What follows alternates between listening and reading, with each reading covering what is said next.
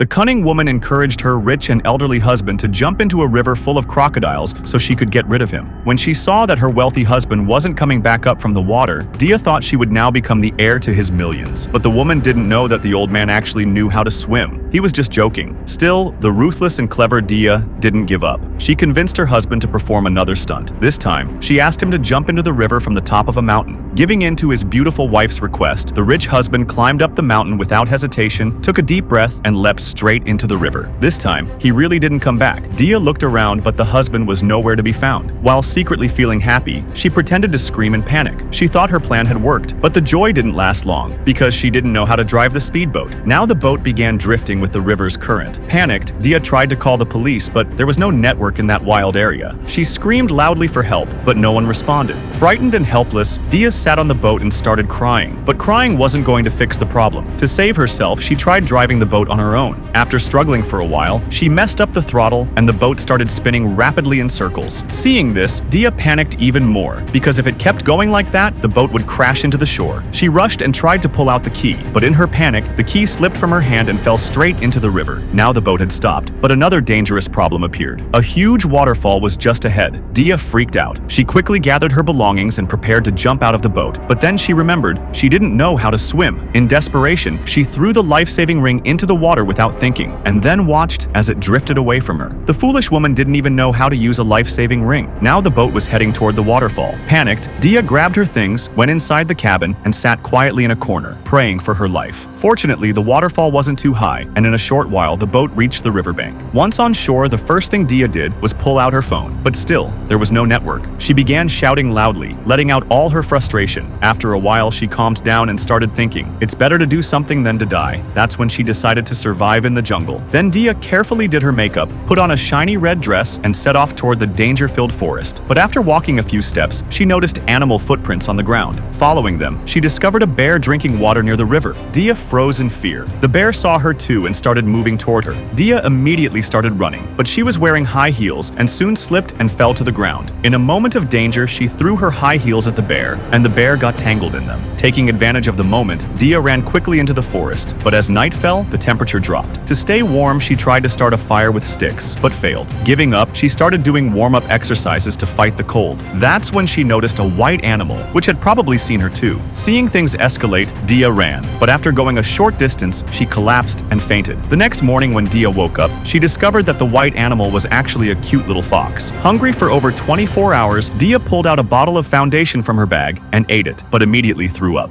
The fox noticed that Dia was hungry, so it led her to a place with water where some strange little mushrooms were growing that looked very delicious. Without thinking twice, Dia picked one, cut it with a card, sprayed perfume on it, and used it like mayonnaise to enjoy a natural meal. Though Dia's hunger was somewhat satisfied, she started feeling dizzy right after eating. Turns out, the mushroom she had eaten was poisonous. Because of the poison, Dia fainted right there. Luckily, she had eaten only one poisonous mushroom, so she regained consciousness shortly afterward. Just as Dia continued her survival journey through the jungle, she noticed smoke rising in the distance. She thought maybe someone was there. When Dia ran to the spot, she saw that there was no person. The jungle was on fire. Dia had lost hope when suddenly a broken branch fell on her and pinned her down. Despite struggling a lot, she couldn't get free. Just then, the same little fox appeared again and started running around on the ground, signaling her to escape. Dia mimicked its actions and managed to crawl out from under the tree. Then she picked up the fox in her arms and took a burning stick with her as she walked away. Now, Dia was no longer afraid of the cold, but suddenly, there was a loud thunderclap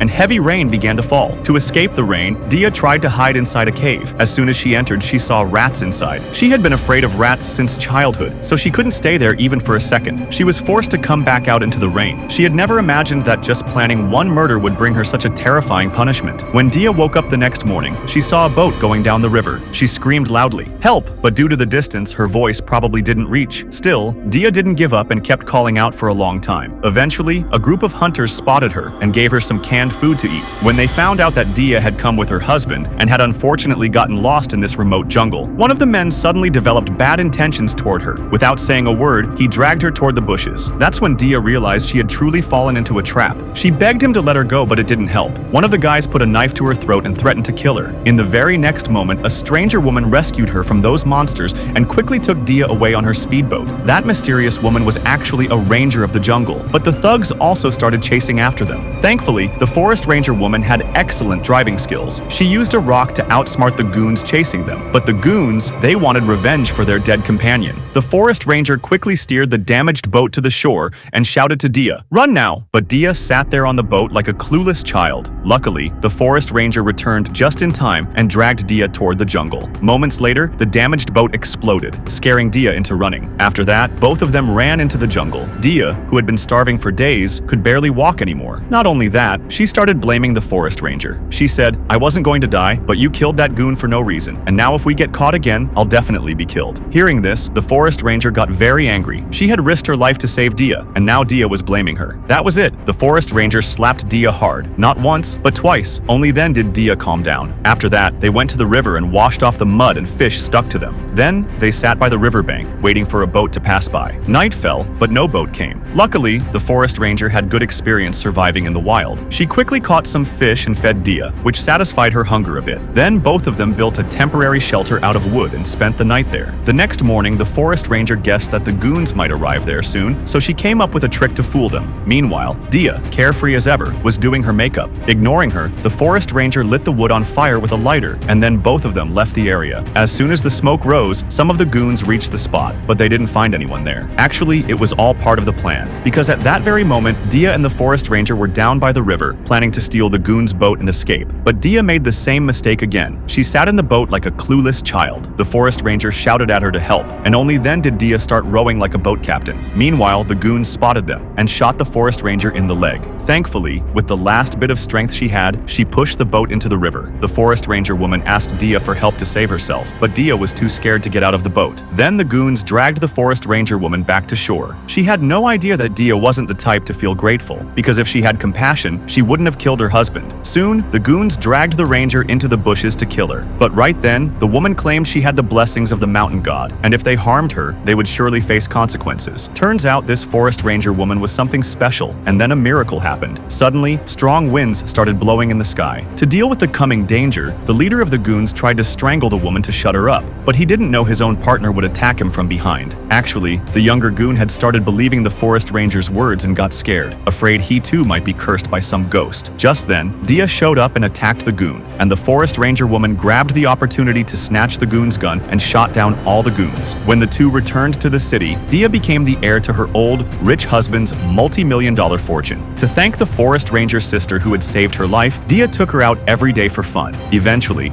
they both returned once again to that thrilling jungle. Dia wanted to thank the little chief who had once saved her life, but when Dia and the big sister tried to leave, the little chief, that small fox, wasn't ready to say goodbye and jumped onto the boat, ready to leave that wild place with them. And just like that, the three of them began living a happy and beautiful life together.